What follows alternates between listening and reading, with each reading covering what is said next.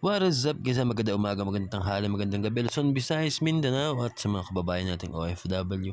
Panibagong topic tayo, pero bago ang lahat, huwag kalimutan mag-like, share, and follow sa ating mga Facebook page. Ayan. So ito panibagong topic tayo mga kababayan regarding naman po di sa patutsada naman po nito ni Maharlika at kung sino na naman batong kanyang recruit na to na si Cathy Binag na to. Panoorin mo natin itong video na ito. Sino ba itong si Cathy Binag? Ang babaeng star witness ko ni Maharlika sa kanyang pekeng pulburon video at sa di umano'y pagiging drug user ng Pangulo. Kasama siya sa mga ambisyosang palaka na pilit gumagawa ng paraan upang siraan ang administrasyon. Ito ay upang mangagaw ng kapangyarihan at iluklok si Sara Duterte bilang presidente.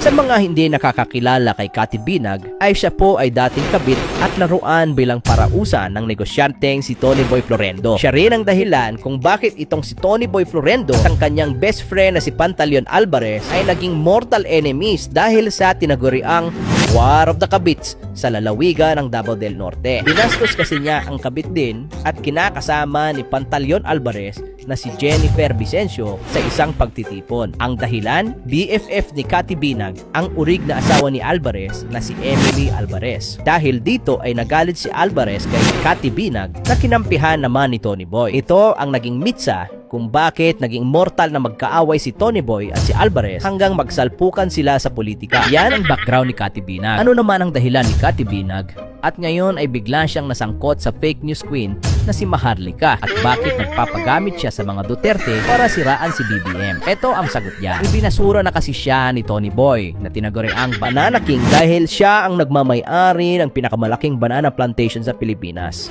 Ito ay matapos siyang mahuli ni Tony Boy na nanlalalaki. Hindi niya kasi alam na yung hotel kung saan nag-check-in kasama ang kanyang lalaki ay pag-aari ng kaibigan ni Tony Boy, kaya siya nabisto. In short, kumabit din sa ibang lalaki ang kabit na si Cathy Binag. Dahil dito ay naputol na ang kanyang suporta bilang dakilang kabit, kaya kailangan niyang rumakit sa mga Duterte. Mula sa pagiging spoiled na kabit ay biglang naputol ang layaw, kaya galit na galit siya kay Tony Boy. Mula sa pagiging high-class kabit ay naging political prostitute si Cathy Binag. Ginagamit ngayon ni Cathy Binag ang kanyang naging relasyon kay Tony Boy Florendo na matagal nang nababalita na isang cocaine addict upang iugnay ang kanyang bisyo kay BBM dahil matalik na kaibigan ng Pangulo ang kanyang pamangkin at kasalukuyang special assistant to the president na si Anton Lagdameo. Pero kung ang tanging batayan ng pagiging addict ay ang relasyon kay Tony Boy, ibig din bang sabihin ay addict din sa cocaine ang kanyang ex-BFF na si Alvarez at si Pangulong Duterte? Hindi ba't sanggang dikit din noon ni Digong si Tony Boy at isa pa ito sa kanyang pinakamalaking campaign contributor? Malinaw na nagpapagamit lamang itong si Cathy Binag sa mga Duterte upang makamit ang kanilang ambisyong makapang-agaw ng kapangyarihan. Ganyan kadaling magsinungaling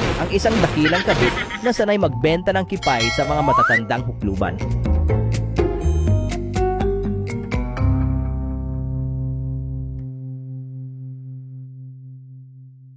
At ayun na nga mga kababayan, ano bang masasabi nyo dito mga kababayan dito sa mga ninira na to sa administrasyong Marcos? Bakit nung nakaraang bang administrasyon may narinig ba kayo sa pamilyang Marcoses na siniraan kayo? Ano ba, hindi ba kayo makapag-antay?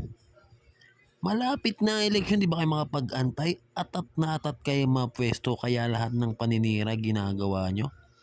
Lalong-lalo na itong si Maharlika na to. Hindi ba umubra yung mga patutsada nyo ng mga pulburon-pulburon video nyo na walang kakwenta-kwenta na lahat ng tao alam na gawa-gawa nyo lang na wala talaga, walang kwenta? Hindi nyo ba matanggap na talagang wala kayong magagawa o mahanap na butas sa Pangulong Marcos? Ito na lang, example na lang. Kung totoo kung totoo na gumagamit nga itong pamilya na to, neto ni o si Pangulong Marcos, tingin nyo ba may mga pamilya ba na mga gumagamit na buo na ang ganda ng relasyon sa bawat isa? Karamihan yan.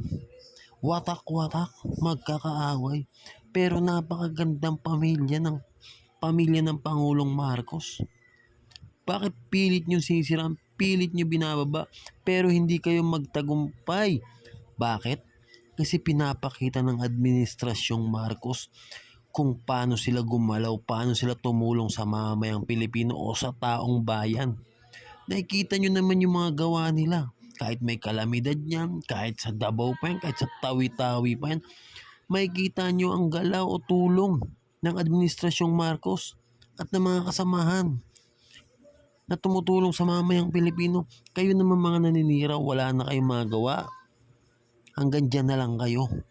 So ayun lang mga kababayan, comment down below nyo kung ano masasabi nyo dito sa mga naninira na to na walang kakwenta-kwenta at alam naman nating di uubra.